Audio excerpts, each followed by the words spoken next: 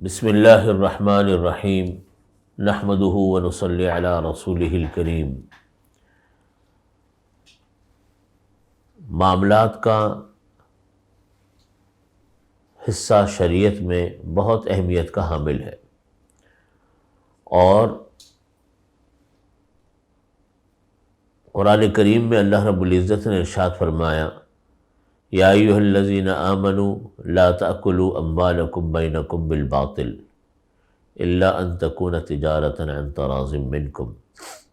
اے ایمان والو، تم لوگ باطل اور ناجائز طریقے سے مال کو مت کھاؤ، البتہ باہمی رضامندی سے تجارت کر کے تم مال کو استعمال کر سکتے ہو۔ شریعت میں معاملات کا حصہ بہت اہم ہے، اور اس لیے بھی اہم ہے کہ شریعت کا اصول یہ ہے کہ جب کسی بندے کا حق انسان کے اوپر لازم ہو، اور بندے کا کوئی حق آدمی کے اوپر ہو، تو وہ حق کبھی بھی معاف نہیں ہوتا جب تک کہ اہل حق اس کو معاف نہ کروا دے۔ اس لیے لین دین کا معاملہ بہت اہمیت کا حامل ہے۔ اس کے کئی پہلو ہیں۔ ایک تو پہلو یہ ہے کہ دوسرے کا حق انسان کا آ جاتا ہے کسی آدمی کے اوپر۔ دوسری بات یہ ہے کہ جو مال کمایا، جو مال کھا رہے ہیں، کیا وہ مال حلال ہے؟ اگر وہ مال حلال نہیں ہے، ناجائز ہے، اور انسان کے حلق سے وہ اترا ہے اور انسان کے جسم میں شامل ہوا تو وہ ناجائز مال ہے۔ اس ناجائز مال کی حیثیت کیا بنے گی؟ کیونکہ حدیث شریف میں تو نبی کریم صلی اللہ علیہ وسلم نے ہمیں اس بات کی تاکید فرمائی اور اس بات کی تعلیم فرمائی کہ جو لقمہ حرام انسان کے حلق سے اترتا ہے، وہ لقمہ حرام جہنم کا ایندھن، اس سے جو انسان کے جسم میں گروتھ ہوتی ہے وہ جہنم کا ایندھن ہے۔ اس لیے یہ معاملات بڑے اہم ہیں۔ ایک دوسرے کا حق انسان کے اوپر ہوتا ہے، اور لقمہ حرام انسان کے مال میں شامل ہوتا ہے۔ یہ اتنی بڑی مسائل ہیں جن سے نمٹنا بہت ضروری ہے۔ نمٹے گا انسان اس وقت جب اس کا علم حاصل کرے گا۔ انسان کے لیے تو سب سے پہلی چیز، ہر چیز کا علم حاصل کرنا پہلے ضروری ہوتا ہے۔ اس لیے معاملات کا مسئلہ شریعت میں بڑی اہمیت کا حامل ہے۔ ہمارے ہاں فقہ کی مشہور کتاب پڑھائی جاتی ہے، ہدایہ، اور کئی سالوں میں پڑھائی جاتی ہے۔ پوری دنیا کے مدارس جو پڑھاتے ہیں وہ ہدایہ لازمی پڑھاتے ہیں۔ اللہ تعالیٰ نے ایک ایسی مقبولیت عامہ اس کتاب کو عطا فرمائی۔ علامہ مرغینانی رحمۃ اللہ علیہ کی وہ کتاب ہے۔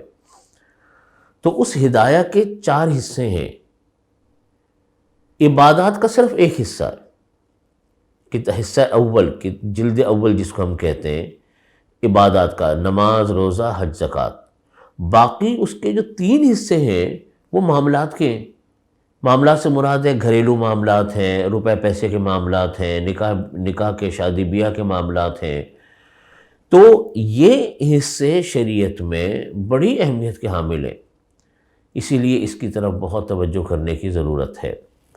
حضرت امام محمد رحمۃ اللہ علیہ سے کسی نے پوچھا کہ شیخ، آپ نے ہر موضوع کے اوپر کتاب لکھی، ظاہر الروایت امام محمد رحمۃ اللہ علیہ کی بڑی مشہور کتاب ہے، فقہ حنفی کی بنیاد ہے، آپ نے وہ لکھی، لیکن آپ نے ظاہر الروایت، آپ نے تصوف کے اوپر کوئی کتاب نہیں لکھی۔ امام محمد سے کسی نے پوچھا تو امام محمد رحمۃ اللہ علیہ نے فرمایا کہ کیا میں نے کتاب البیوع، خرید و فروخت کے احکامات کی کتاب نہیں لکھی؟ مطلب یہ ہے کہ اگر روپیہ پیسہ حلال ہے تو یہی تو تصوف ہے۔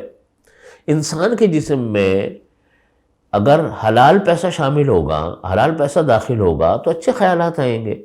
اگر خراب مال استعمال کرے گا تو خراب خیالات آئیں گے۔ اس لیے معاملات کی چیز بڑی اہمیت ہے۔ پھر موجودہ زمانے میں معاملات، روپے پیسے کے لین دین، یہ اتنی ہمہ جہت شکلیں اختیار کر چکا ہے کہ اس کو سمجھنا اور اس کا حل نکالنا کوئی آسان کام نہیں ہے۔ میں آپ کو چھوٹی سی مثال دوں کہ جس وقت میں نے اسلامی بینکنگ کے اوپر کام کرنا شروع کیا تو اس زمانے میں کوئی اسلامی بینک پاکستان میں کام نہیں کر رہا تھا سوائے البرکہ بینک کے۔ میزان بینک اور دوسرے بینک یہ سب بعد میں آئے، اس وقت کام ہم نے شروع کیا۔ تو جس وقت میں جس بینک سے وابستہ تھا، جب میں اس کے پروڈکٹ بناتا تھا اور اس وقت تک مارکیٹ میں پروڈکٹ بھی اویلیبل نہیں تھی، تو صورت مسئلہ سمجھنے میں بعض اوقات 6 مہینے لگ جاتے تھے۔ مثلا چھوٹی سی مثال دوں، ایل سی کھولنا ہے، ایل سی کس طرح کھلے گی، اس کے ڈاکومنٹ کون سے ہوں گے، شپنگ کمپنی کے ڈاکومنٹ کون سے ہوں گے، ایل سی کے ڈاکومنٹ کون سے ہوں گے، انٹرنیشنل لاء کیا کہہ رہا ہے، ہمارا کیا کہہ رہا ہے، ان سب کو پڑھ کر صورت مسئلہ سمجھنا، اس کا اسلامی حل نکالنا کوئی آسان کام نہیں لگا۔ اب تو یہ کام اس لیے آسان لگنے لگا کہ ماشاءاللہ یہ 4 مسائل اب چاروں طرف پھیل بھی گئے ہیں اور ان کے ڈاکومنٹ بھی تیار ہو گئے۔ تو صورت مسئلہ کو سمجھنے کے لیے بعض اوقات بڑا طویل عرصہ چاہیے ہوتا ہے، اور ایک مجلس میں صورت مسئلہ سمجھ میں نہیں آتا۔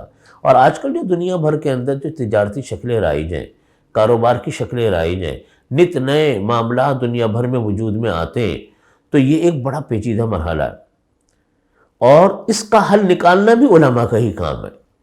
امام محمد رحمۃ اللہ علیہ کے میں نے حالات زندگی میں پڑھا کہ امام محمد رحمۃ اللہ علیہ جس زمانے میں ظاہر و روایت لکھتے تھے تو روزانہ بازاروں میں جاتے تھے، بازاروں میں بیٹھتے تھے، اور کبھی کسی تاجر کے پاس بیٹھے ہوئے، کبھی کسی کے پاس بیٹھے ہوئے، اور اس کو ساتھ دیکھتے تھے وہ معاملات کرتے کیسے ہیں۔ یہ تو علماء کا کام ہے۔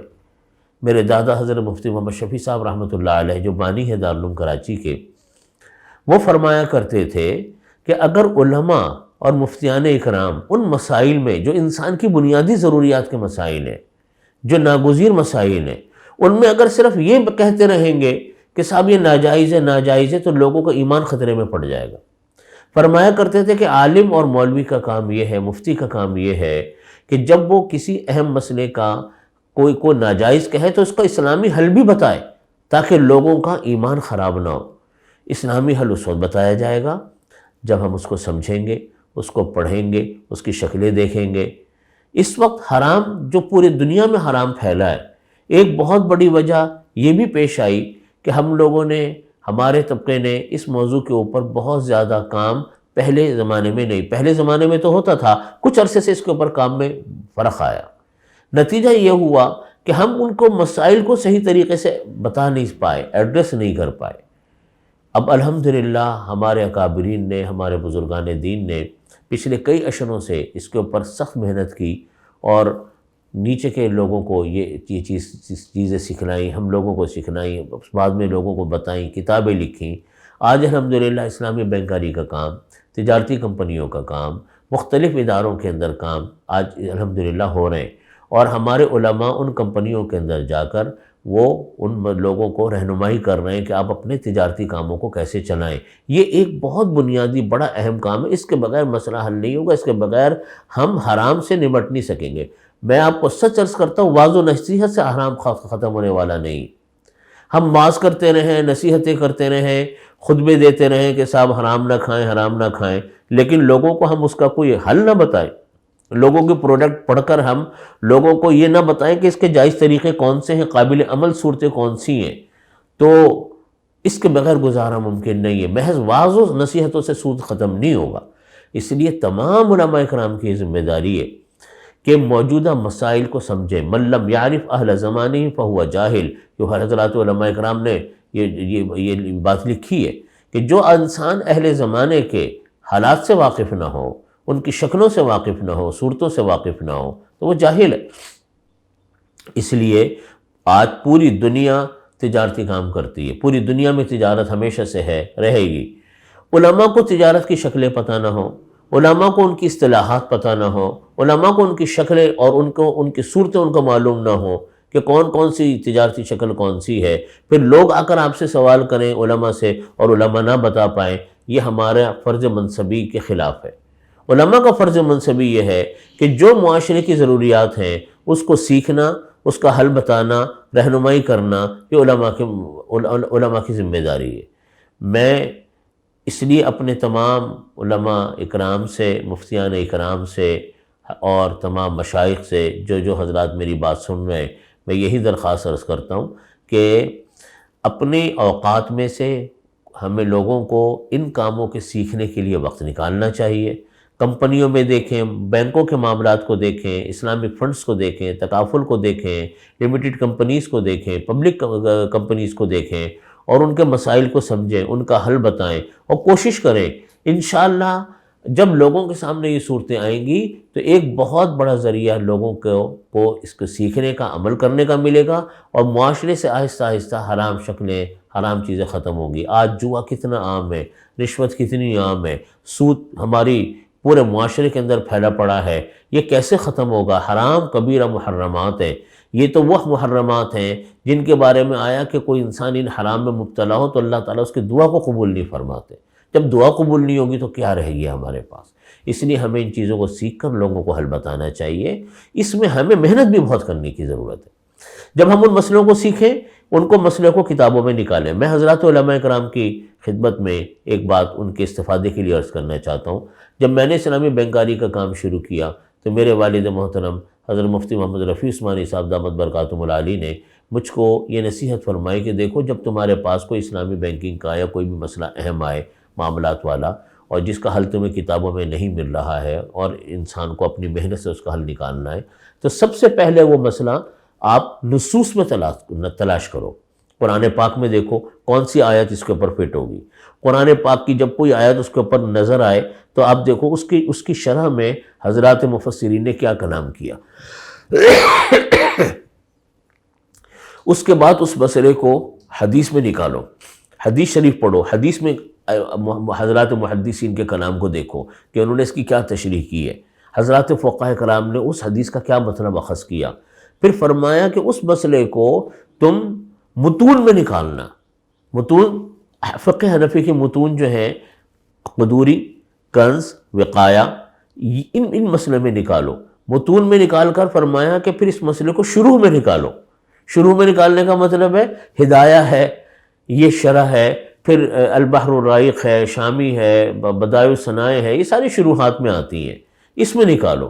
فرمایا کہ اس طرح تمہیں عادت پڑ جائے گی تحقیق کی، مسئلے کی جانچ پڑتال کی، اور جب کوئی مسئلے پر بات کرو گے تو تمہاری نظر میں اس مسئلے کی تمام چیزیں موجود ہوں گی۔ میں یہی بات خدمت میں عرض کرتا ہوں حضرات علماء کرام کے، اپنے والد صاحب دامت برکاتہم کی بات، کہ مسئلے کو جلد بازی میں کبھی بھی نہیں کرنا۔ یہ آپ لکھ لیں یہ بات۔ بعض اوقات کمپنیاں بڑا دباؤ ڈالتی ہیں کہ دیکھیں جی بہت ایمرجنسی ہے، بہت ایمرجنسی۔ آپ کمپنی میں لوگوں کو کہیں، بینکوں میں لوگوں کو کہیں کہ دیکھیں جی آپ جب بھی کوئی مسئلہ لایا کریں ہمیں ٹائم دیا کریں۔ ہمارا معاملہ کھڑے کھڑے مسئلہ بتانے کا نہیں ہے، نہ یہ وہ مسئلے کھڑے کھڑے حل ہوں گے۔ آپ ہمیں ٹائم دیں، ہم اپنی پوری جستجو کریں گے اور مسئلے کی تحقیق کریں گے۔ جب مسئلے کی تحقیق ہو جائے گی پھر ہم آپ کو اس کا حل بتائیں گے۔ وجہ اس کی کیا ہے؟ جب کوئی عالم، جب کوئی شرعی ایڈوائزر، جب کوئی مفتی کسی چیز کے بارے میں اس کو کہہ دیتا ہے یہ حلال ہے، تو وہ کام شروع ہو جاتا ہے۔ تمام ٹرانزیکشنیں کروڑوں روپے کی ہوتی ہیں، اربوں روپے کی ٹرانزیکشنیں۔ کام شروع ہونے کے بعد روکنا ناممکن ہے۔ ممکن نہیں ہے کہ آپ اس کو ٹرانزیکشن کو روک دیں۔ جو کرنا ہے آپ نے پہلے کرنا ہے۔ اس لیے دباؤ تو ہوتا ہے، کمپنی کی بھی مجبوریاں ہوتی ہیں، لیکن ہماری بھی عند اللہ شرعی مجبوری ہے۔ اور بہت سارے مسائل ایسے ہوتے ہیں، میں اپنے طور پر عرض کرتا ہوں، مجھے حضرت مولانا تقی عثمانی صاحب دامت برکاتہم سے مشورہ کرنا پڑتا ہے۔ میرے اپنے جو ساتھی کام کر رہے ہوتے ہیں ان سے مشورہ کرنا پڑتا ہے۔ ان سے جب ہمیں نہیں مسئلہ ملتا تو ہم اپنے اکابر اساتذہ کرام کی طرف رجوع کرتے ہیں، اس میں ٹائم لگ جاتا ہے۔ اس لیے یہ معاملے بڑے محنت طلب ہیں۔ آپ حضرات دن رات محنت کر رہے ہیں ماشاءاللہ، اس طریقے سے محنت کریں گے انشاءاللہ، میں اللہ کی ذات سے 100% مجھ کو امید ہے، جب علماء کرام کسی کام میں لگتے ہیں اللہ کی طرف سے نصرت آتی ہے۔ آپ جب اس کام میں لگیں گے انشاءاللہ معاشرے سے آہستہ آہستہ یہ حرام ختم ہوگا۔ وآخر دعوانا الحمدللہ رب العالمین۔